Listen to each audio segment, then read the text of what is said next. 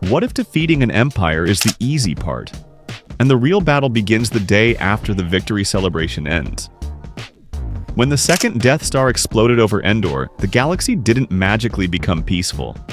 Fireworks faded, cheers died down, and a terrifying question settled in. Now what? The Rebel Alliance had won the war, but it had also inherited the ruins of a galaxy-spanning dictatorship. Out of that chaos rose the New Republic, a government that wasn't built to conquer, intimidate, or dominate, but to convince trillions of beings that freedom could actually work. Victory creates a bigger problem than defeat. The Rebel Alliance was never designed to govern. It was designed to survive long enough to land decisive blows against the Empire. Its strength was flexibility, secrecy, and moral clarity. But once the Empire fractured, that clarity vanished. Running a rebellion is about blowing things up.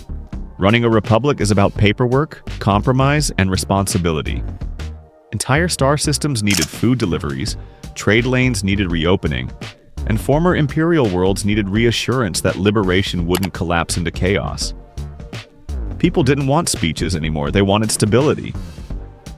The New Republic was born in that uncomfortable space between hope and exhaustion, where everyone agrees the old system was evil, but no one agrees on what replaces it. Mon Mothma and the philosophy of restraint. At the center of the New Republic's early identity stands Mon Mothma. As the first chancellor, she represents something radical in a galaxy addicted to strongmen: restraint. Where Palpatine centralized power, Mothma dispersed it. Where the Empire ruled through fear, she insisted legitimacy mattered more than speed. Her leadership shaped the New Republic's defining belief that concentrating power was how the galaxy ended up with an emperor in the first place. The solution, she argued, wasn't a kinder throne. It was no throne at all. That belief would inspire some of the Republic's noblest decisions and some of its most controversial mistakes. A Senate that refused to sit still. One of the most symbolic moves the New Republic made was refusing to anchor itself permanently on one capital world. Instead of repeating history by ruling forever from Coruscant, the Republic adopted a rotating capital system. The Senate would move between member worlds, reminding the galaxy that power belonged to all of them, not just one glittering planet at the center. For a time, Hosnian Prime served as the Senate's seat. The idea was idealistic, democratic, and intentionally inconvenient. Governments shouldn't feel too comfortable, the founders believed. Comfort breeds complacency, and complacency is how empires are reborn. Of course, rotating the heart of galactic government also meant rotating logistical nightmares. Democracy, it turns out, is harder when you keep changing offices. Ending the war without becoming the Empire. Although the destruction of the second Death Star at Endor shattered the Empire's aura of inevitability, it did not magically end the conflict across the galaxy. Empires do not collapse cleanly, they fracture. Entire Imperial fleets withdrew to remote sectors, governors declared themselves independent warlords, and loyalist officers continued fighting out of pride, fear, or simple refusal to accept defeat. For ordinary citizens, the war did not end with celebration. It lingered in blockades, shortages, and sudden flare-ups of violence in places far from the spotlight. The conflict reached its symbolic conclusion at the Battle of Jakku, where remaining Imperial forces made a final, desperate stand and were decisively defeated.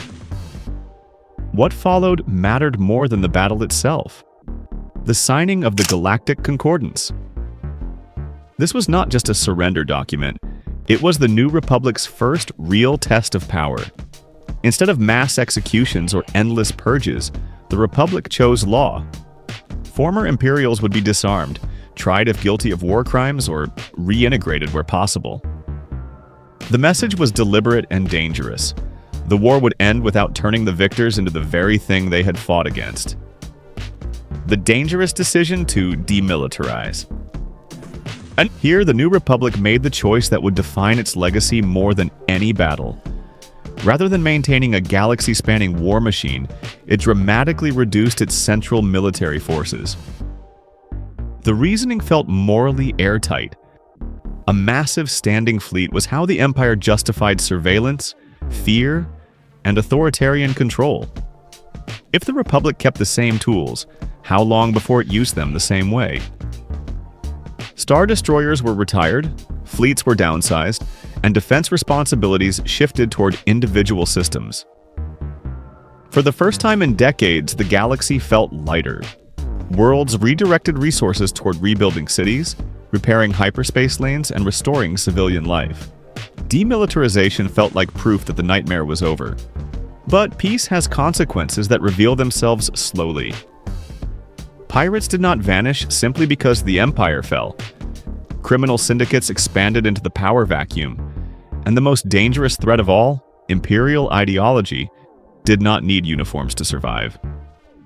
Loyalists adapted, hid, and reorganized. The New Republic had won the war, but in choosing restraint, it also chose vulnerability. Leia Organa and the warning. No one wanted to hear.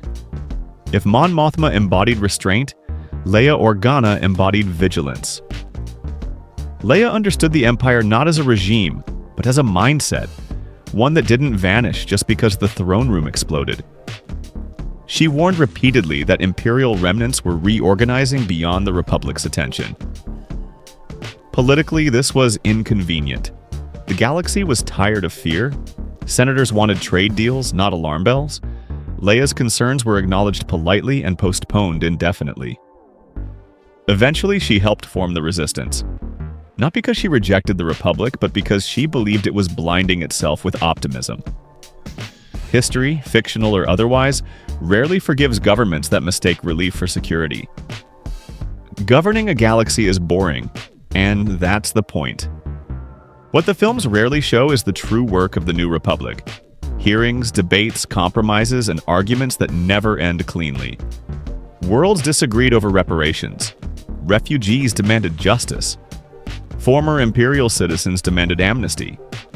Every decision created winners and losers, and every delay bred resentment. But this slowness wasn't failure. It was design. Democracy is supposed to be frustrating. It's supposed to slow power down. The Empire could act instantly because it never asked permission. The New Republic asked permission because consent, not fear, was its foundation. That distinction mattered, even when it hurt. A republic built on memory. The New Republic's greatest strength wasn't its fleet or its Senate chambers, it was memory. The memory of Alderaan, the memory of occupation, the memory of what happens when safety is promised in exchange for silence. Its leaders knew that the Empire didn't fall because it lacked weapons. It fell because it lost legitimacy. The New Republic tried to make legitimacy its armor, trusting that a galaxy that remembered tyranny wouldn't rush back into it. That trust was noble. It was also risky. So, was the New Republic a failure? Measured like an action movie, maybe. It didn't eliminate every threat. It didn't permanently end authoritarianism. It didn't secure everlasting peace. Measured like history, the answer changes. The New Republic restored representative government. It ended a galactic dictatorship. It proved that power could be surrendered voluntarily. It showed that victory didn't have to end in another throne. Its tragedy wasn't weakness, it was faith. Faith that the galaxy had learned its lesson. The real meaning of the New Republic's rise. The rise of the New Republic isn't a story about perfect governance. It's a story about choosing principles over paranoia, even when paranoia feels safer. It asks an uncomfortable question. Is freedom worth defending if it requires constant vigilance instead of overwhelming force? In canon, the New Republic rises not because it guarantees safety, but because it dares to believe the galaxy deserves a choice. And maybe that belief, fragile as it is, matters more than any fleet ever could. If you enjoyed this deep dive into the rise of the New Republic and the choices that shaped its fate, like and subscribe for more thoughtful, story-driven breakdowns that go beyond the surface of Star Wars lore.